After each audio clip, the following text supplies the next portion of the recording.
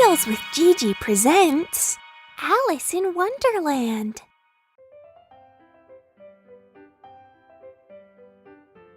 Alice was beginning to get very tired of sitting by her sister on the bank, and tired of having nothing to do. Once or twice she had peeped into the book her sister was reading, but it had no pictures or conversations in it. And what good is the use of a book, thought Alice, without pictures or conversation? So she was considering in her own mind, as well as she could, for the hot day made her feel very sleepy and stupid, whether the pleasure of making a daisy chain would be worth the trouble of getting up and picking the daisies. When suddenly a white rabbit with pink eyes ran close by her. The rabbit pulled a watch out of his pocket to check the time. He shook his head, then disappeared down a rabbit's hole.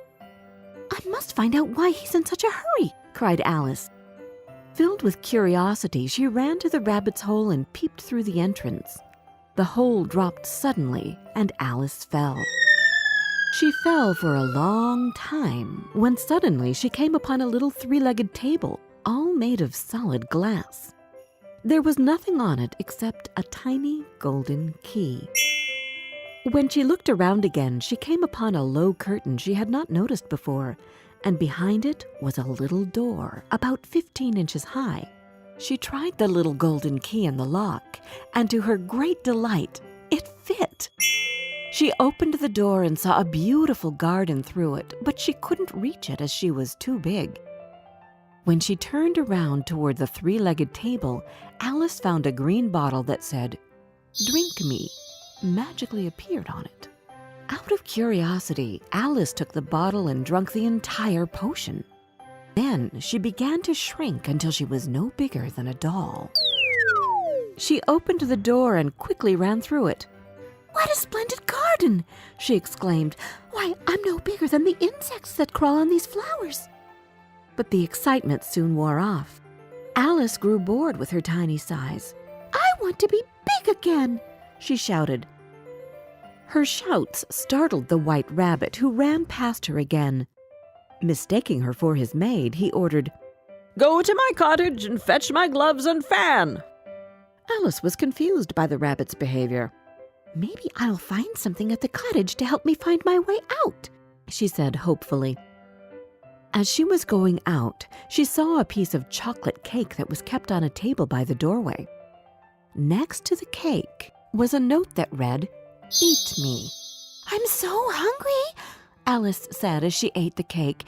Suddenly, she felt strange and realized, "Oh no, I've grown larger than this house," she cried. "Get out of my way! You're blocking the door!" shouted the white rabbit. Alice managed to pick up his fan. Immediately, she began to shrink.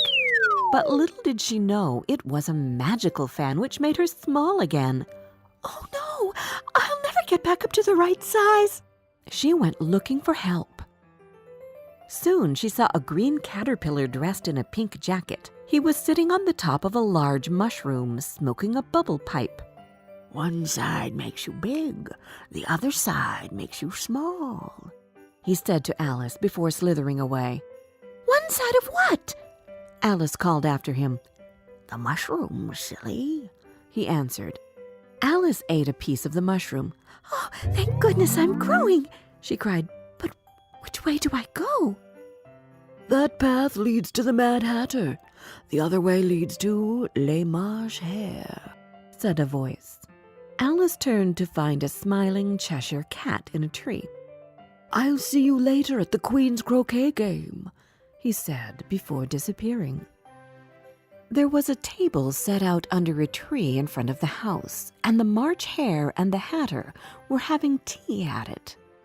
A dormouse was sitting between them, fast asleep, and the other two were using it as a cushion, resting their elbows on it and talking over its head.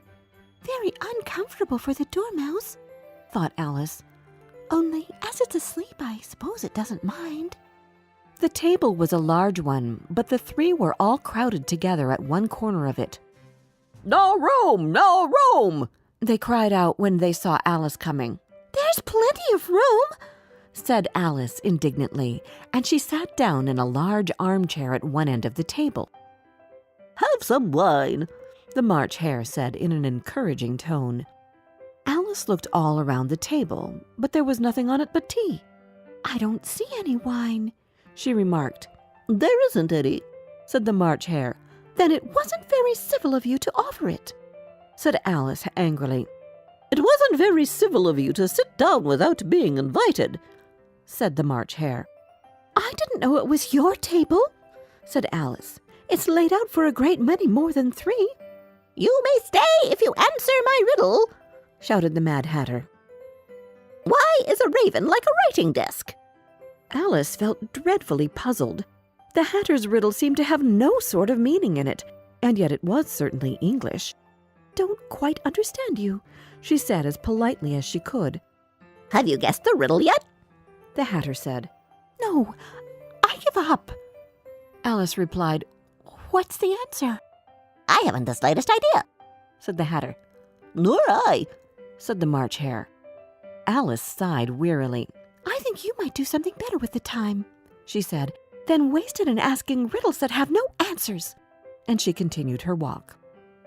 Suddenly, she found herself in the middle of a field where the Queen of Hearts was playing croquet. Her guards and gardeners were shaped like cards. One gardener had planted white roses by mistake and then painted them red.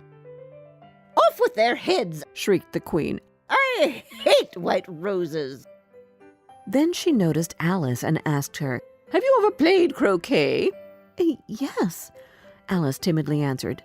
But I've never used a flamingo or a hedgehog. Play with me, ordered the Queen, and let me win or I'll have your head. Alice tried her best to play well, but she had trouble with her flamingo. Off with her head, cried the Queen. Just then, a trumpet sounded in the distance, calling court to session. Everyone rushed into the courtroom. Court is now in session, announced the White Rabbit. Will Alice please come to the stand? Alice took the stand and looked at the jury box, where the March Hare and the Mad Hatter were making noise. The Dormouse slept, and the Cheshire Cat smiled at her. What's going on? asked Alice. You are guilty of stealing the delicious heart-shaped tarts, accused the Queen, and now you must be punished. Off with her head! Off with her head! yelled the Queen. How silly, replied Alice. I did not have the slightest idea what you were talking about. I was only playing croquet. Alice felt someone touch her shoulder. Wake up. You've been sleeping for too long, said her sister softly. I had a strange dream, said Alice. She told her sister about the White Rabbit, the Mad Tea Party, the Queen of Hearts, and the trial. But her sister wasn't paying attention. You're reading again, mumbled Alice. As she stretched, Alice saw a little white rabbit with pink eyes scurry behind a tree.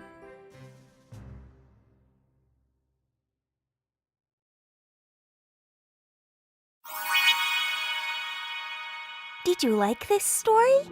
Download our storytelling app, Tales with Gigi, where you can find more than 30 other fairy tales and fables which can come in handy during feeding time, bedtime, or on road trips.